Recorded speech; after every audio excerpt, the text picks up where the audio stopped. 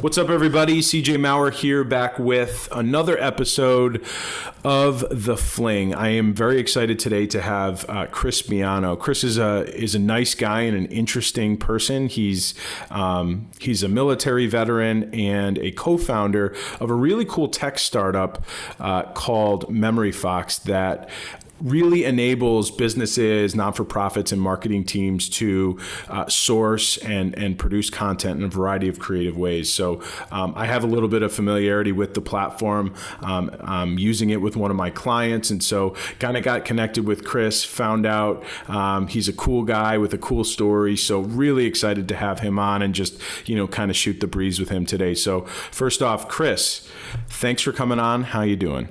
Yeah, I'm doing well, man. Thanks for having me. I gotta apologize in advance. There's a month-year-old running around upstairs screaming, so you might hear some background noise. No worries. It's no different. It's no different than the three monsters that are downstairs for me. So this is the way, man. This is the way.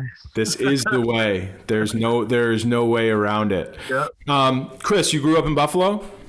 Yeah, so I went to Clarence High School, and then I went to Canisius College for undergrad, ROTC along that, and that's when I joined the Army after that. So you don't always hear about people, not that it can't make sense, but you don't always, I would bet that if you kind of surveyed all founders of SaaS companies or tech startups, I wouldn't think a lot of them would be military veterans. So tell me about your service. First of all, thank you for your service. Second of all, tell me a little bit about your service, what you did in the Army, and then, kind of your path, your career path, how it led to this.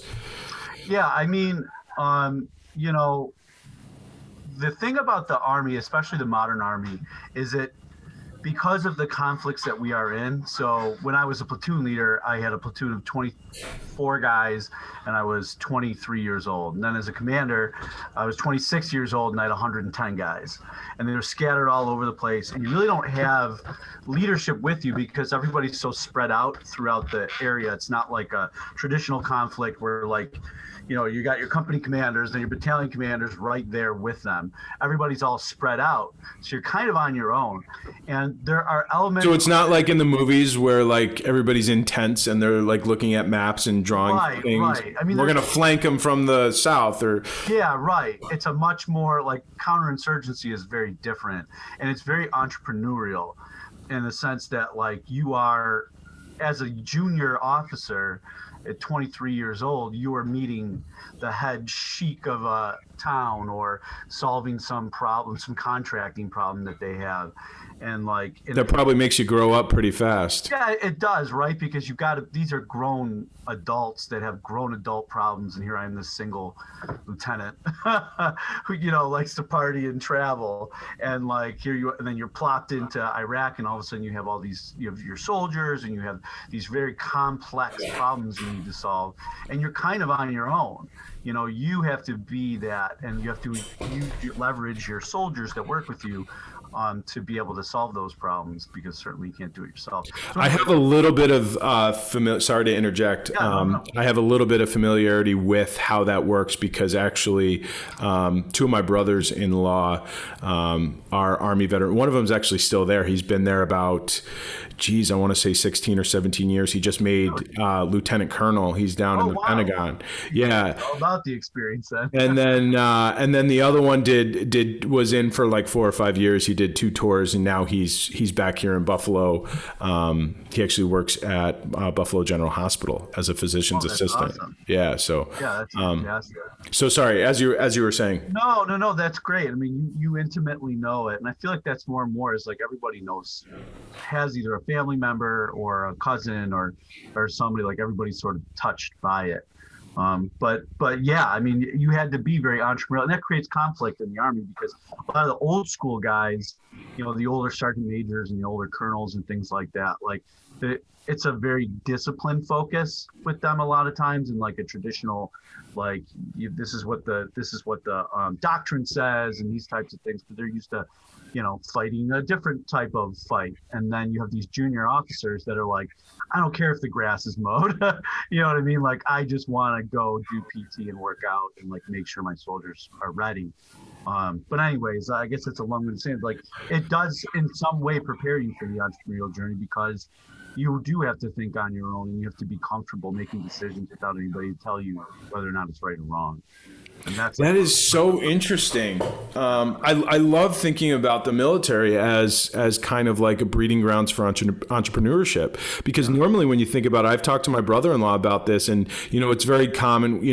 He's eventually planning to go back to civilian life one day, right? And one of the things that he talked about is how a lot of lifers like him like struggle with that transition, because now he's going to get a job doing whatever, and he like request somebody to do something, and it's like, they're going to give him crap for it. Like, he's just used to like saying it and yes sir, go do it, right? You know what I mean? And following orders the same way, right? So it's he was telling me how it's very common for military veterans to move into civilian life and work regular jobs, and people be like, well, why should I do that? Like, you know what I mean? Well, that's ultimately the hardest part. Well, there's multiple hard parts of the transition. That's something that I struggle with too. When you get out, I was like, okay, I was a platoon leader in Iraq, company commander in Afghanistan. Like, I should be able to find a good job, maybe not at the level that I was, but like a couple rungs below, and then I can sort of work my way up. And I applied all kinds of different places, couldn't really, even get a call back. And I'm like, all right, I'm going to use the GI Bill and kind of reset my my qualifications, kind of civilianize them, get accustomed to the civilian workforce and civilian frame of mind, because and that's why the GI Bill is probably one of the most important pieces of legislation ever passed, at least in the last probably 100 years. Yeah, I think I forget. Yeah, I think it was like in the 40s or 50s, maybe. Yeah, and because that transition is so complex, because you go from doing something that feels essential to something that, like, you could take it or leave it, right? Most jobs, job, right? Yeah, I mean, I say it all the time. Like, I love what I do, and it's important on some level. It helps people, it helps businesses, but in the grand scheme of things, it pales in comparison to what you guys are doing. So, well, I mean, I wouldn't sell yourself short, because like you are helping people, right? And that's one of the hardest things that I learned, is like learning how to sell, because in the Army you're not really like selling, you're selling ideas and stuff like that, but like most of the time it's like there's doctrine to support what you're doing. But when you're selling a product, it's a little bit different. And that's why empathy, like, you have a lot of empathy, and we talk all the time, you're very empathetic to like my needs and things like that. And like, selling, you're providing value. It's like actually a beautiful thing that you are providing value, and someone values that value and will pay you for that value. And making that transaction, we got a cat, is kind of a beautiful thing in a lot of ways. That you can come to terms like that, and you can provide that value. So yeah, it's great. People think of sales as like, and I joke in sales demos all the time. I mean, it's true, right? When you're selling a service or a product like a SaaS, which is basically a software as a service, they're going to find out if it doesn't have value for them, and they're going to be irritated that you tricked them, or you were disingenuous, or whatever, or now it becomes a problem for them, because now they have to disassociate themselves with this thing that they bought. Whereas like a used car, you're stuck with that if it's a lemon. And but if you don't think of sales that way, you think of sales as like not sales. You're not selling. You're telling what you do, seeing if there's a fit, and then if there is, there is. That de-stresses all of it. Yeah, no doubt. Yeah, if you're really doing your job, like there's certain things about like anticipating objections and trying to overcome them. Yeah. But at the end of the day, like, All you got to do is just share what you know, how you can help them, and the rest generally kind of sorts itself out, especially in this day and age when buyers have more options than ever before, more access to information, to research. The whole buyer beware, like that old phrase, that doesn't exist anymore. Right. Because I could walk into a car dealership, and if I really want it, I can learn just as much about that car as the person selling it to me. So like this idea that the seller, has this leverage in information is gone. So at the end of the day, it's just about connection, empathy, helping people. It's really all that matters. You know what I mean? Yeah, it all shakes out. I mean, and I think that, that's why veterans have a unique experience with that, because, when you're walking through the streets of Iraq or Afghanistan or wherever you may be, you're seeing people. I mean, most of them don't care what's going on. You know what I mean? They're just like, whoa, Americans, that's weird. And America is just this like foreign concept because they've never been here or probably never will. And so they just want to make ends meet. And so if you have that service mentality of who you're supporting, you can build really good rapport with the people that you work with. Whereas if you come in like, rah, we're this, and we have skulls on our, on our patches and stuff like that, like you're going to have a bad time because you're not going to win people over. Yeah. Ultimately, that's the goal. Just imagine being a kid growing up with that and like just developing fear of, these people walking your streets with skull patches, you know what I mean? Like, right. And we're weird too, because we're all like bigger and plus we're wearing body armor and like, but we've got faces, you know what I mean? Like we don't walk around with face masks on. Like you love kids, right? Because you want to have kids around as much as possible because things are less likely to go awry. Like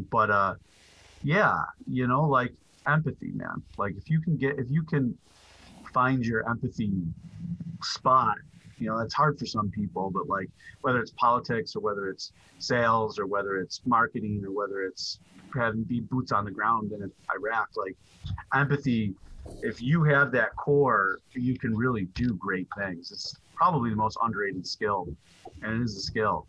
Right on.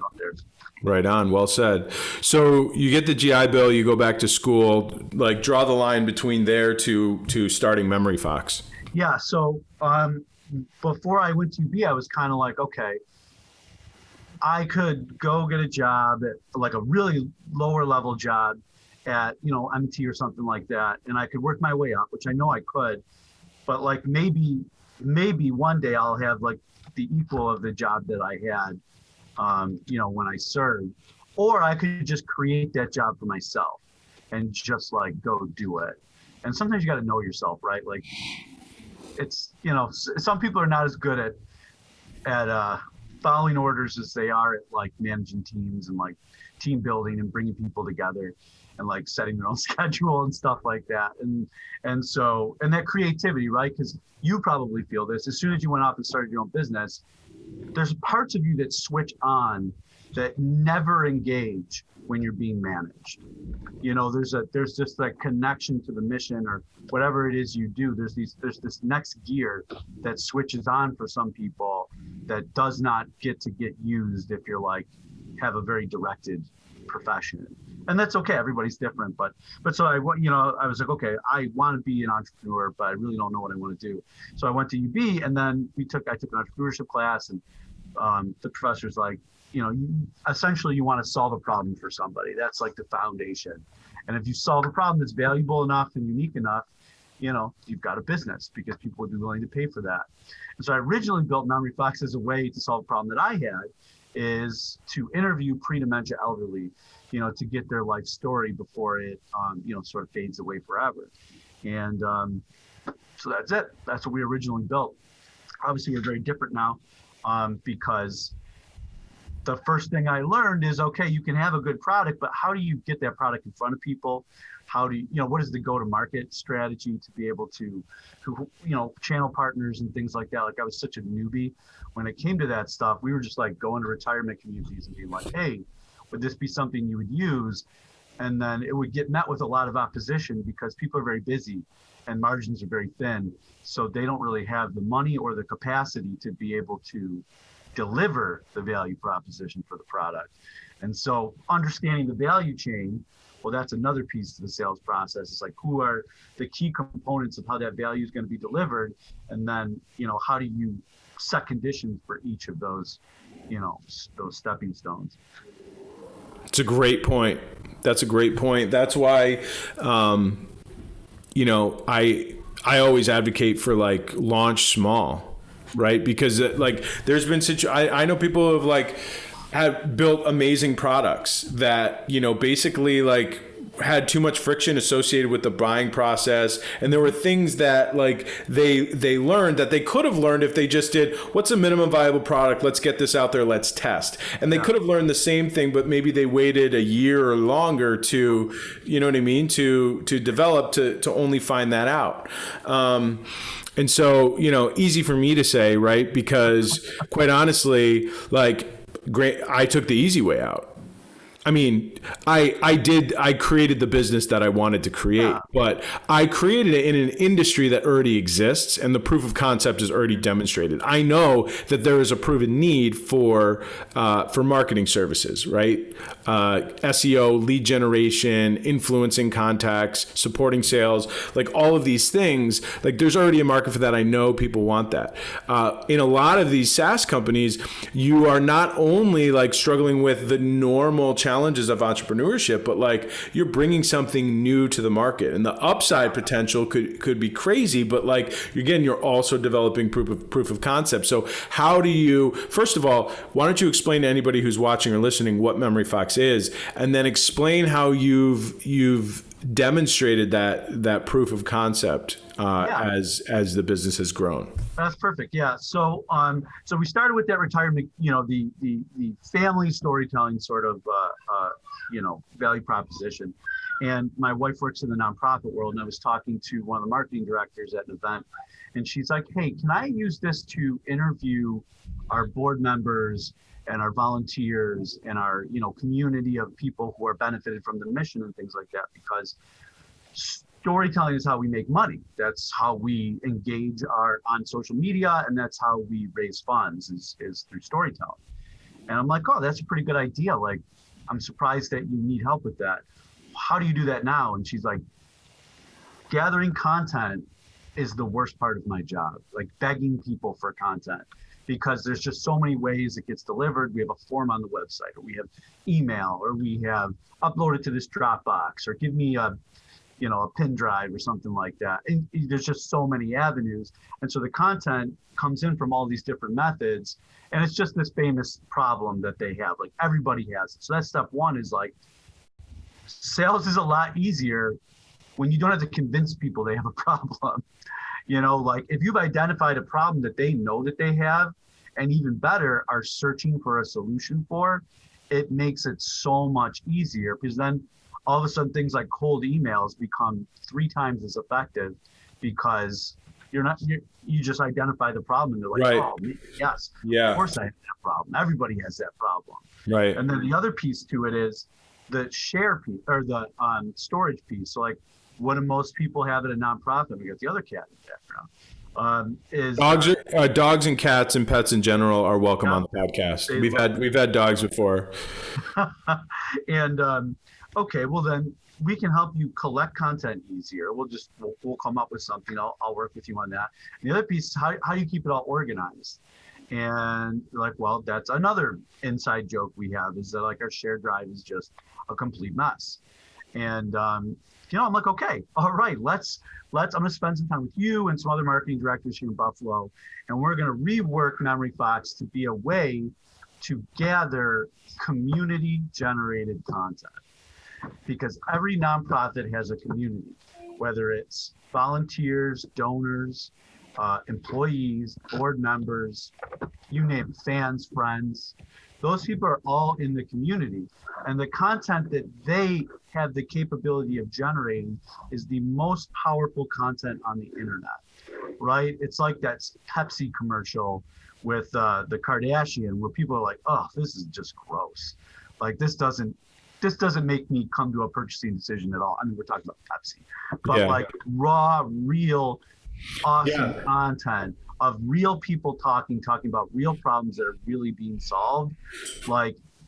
collecting that is actually a huge pain in the butt because that end user, like, they have challenges with technology. Yeah, I mean, how are you gonna normally, like, you want to get like a video from your, one of your donors or a customer or a partner or whatever.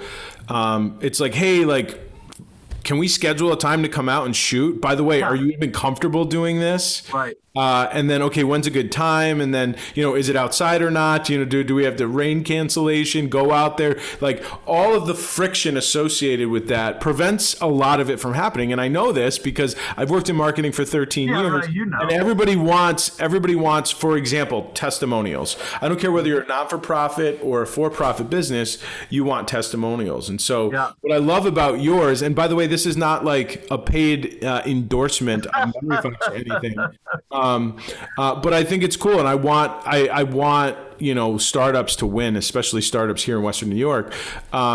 But obviously, one of my clients uses MemoryFox, and what's really cool is you can build these collectors for anything, and you can send it out, and somebody could submit a video or a photo or just text, or they could submit a variety of content formats, and you can put it out to your audience and set up different collectors, for different topics or initiatives or campaigns. And so here's a perfect example.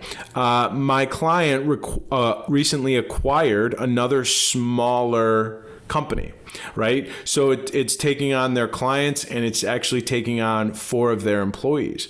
So we had an idea of, hey, wouldn't it be cool if all of the managers at our company could shoot a quick video, a little welcome message. Hey, welcome to the company. So-and-so, here's what I do.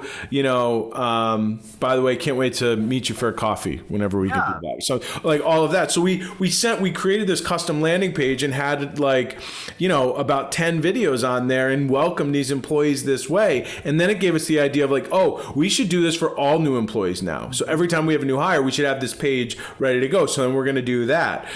They also used it to source like testimonial videos, and it's already we've used the communication to send people off for retirement, right? So there's the internal communications for not just a non-for-profit but for these for-profit companies is incredible because it reduces the friction.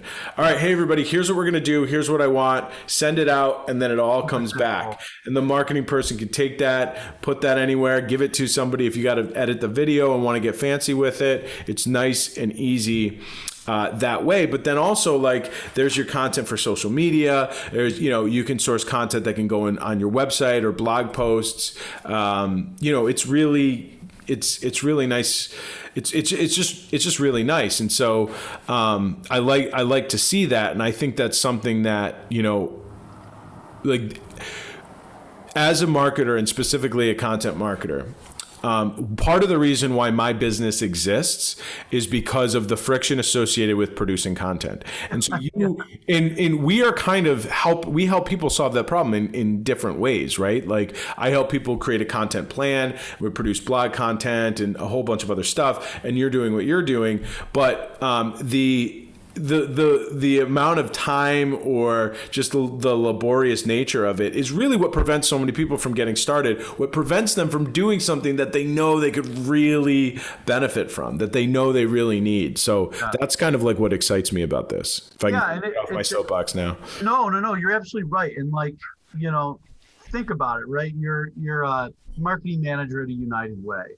You have 120, sometimes 200, 300 nonprofits that you support through funding, and you need content from them because that's your story, right? But you are 1 degree of separation away from the mission. And so having an easy way to collect from all those different organizations that's easy on them so that they have a good experience, so they're more likely to contribute in the future, but also, an easy way for you to keep that all managed and to be able to deliver whatever that bucket is that you're going to collect content with. That's the key experience. And like, if you have that content, that's evergreen content. I mean, it's just all excellent, rich storytelling content that now you can do whatever you want with it. I mean, I talked to a foundation, one of our customers here in Buffalo, and I won't say the name, but it is a nice, very large foundation. And I was talking to the marketing manager. She's like, look, this place has been around for 40, 50, 60 years. and like we have not, we don't have nothing to show for it, but like the story has happened, and The story is undertold. right, and it's the same thing as like someone who's lived a life, a person who has dementia or like about is nearing that point, to be able to gather their life story before it can't be told anymore. Well, it's the Yeah. same thing with the life cycle of a large foundation. Is like eventually you're not going to be able to get those stories anymore, and it's like a tree falling in the middle of the woods, right? And so there's a lot to the value proposition. That's what's so fun about it, is because it's a very emotional value proposition. It's not like make money, which of course is always a value proposition, but it's also like presence of mind. It's save time. It's all these things that make people's lives easier and better and more fulfilling. And I mean, I don't want to overstate it, right? We're still talking about people doing work at their job. No, you're not overstating it, But Chris. it's powerful. It's Chris. emotional. Chris, story, right, is like the original media platform. Yeah, right. I mean, it's Before there was the internet, before there was radio and TV and books and newspapers, there was people telling stories around the campfire and that being passed down over Virgil time. and Homer and Right? Story is like the core of, like, you hear people talk about like how important attention is in business, right? But really, it's anything, right? Whether you're a teacher, you're a doctor, you're a platoon leader, you need to be able to gain and hold attention to be effective, right? To earn trust, to be effective, to influence people, all of those things. Like I don't know of a better way to gain and hold somebody's attention than with story. Like, that's what we're constantly in search of. We're interested in stories. We're trying to always write the story for ourselves and figure out what the next chapter is. Story is like very core to being human. So I don't think you're understating that. And that's what you guys are contributing well, that's the goal, right? That's the goal, is you want to, and it's awesome not to, like, you can kind of come full circle on this. When I got out, it was like, okay, I want to work with cool people. I want to be able to collaboratively come up with like good, solve problems and create a cool business that we can all be proud of, that Buffalo can hopefully be proud of one day. And like, it takes people, and you bring people on, and you build this thing one piece at a time. And then to be able to help nonprofits is like the greatest privilege that there is, right? Because these are the people that make life worth living, that like and they're the unsung heroes of communities. Like, business, we're all capitalists here, but like, at the end of the day, like, nonprofits are the ones that are keeping this thing together, right? Capitalism helps it grow, but like if we're not tending to the base and making sure we have a good, strong roots, like, it doesn't matter. You're just going to grow and topple over, right? If certain at-risk and needy communities are not tended to, right? We're seeing this. We all summer we spent this, right? Is like with all civil unrest is because we have such a growth mindset that you forget that, like, we need to tend to our garden, the garden that's around that tree, and make sure the soil is nice and fertile. Otherwise, the tree just falls down without a good base. And so if you can support nonprofits, whether it's through funding or through having a cool, new, innovative way for them to be able to raise funds and service their community, what a privilege, right? Yeah.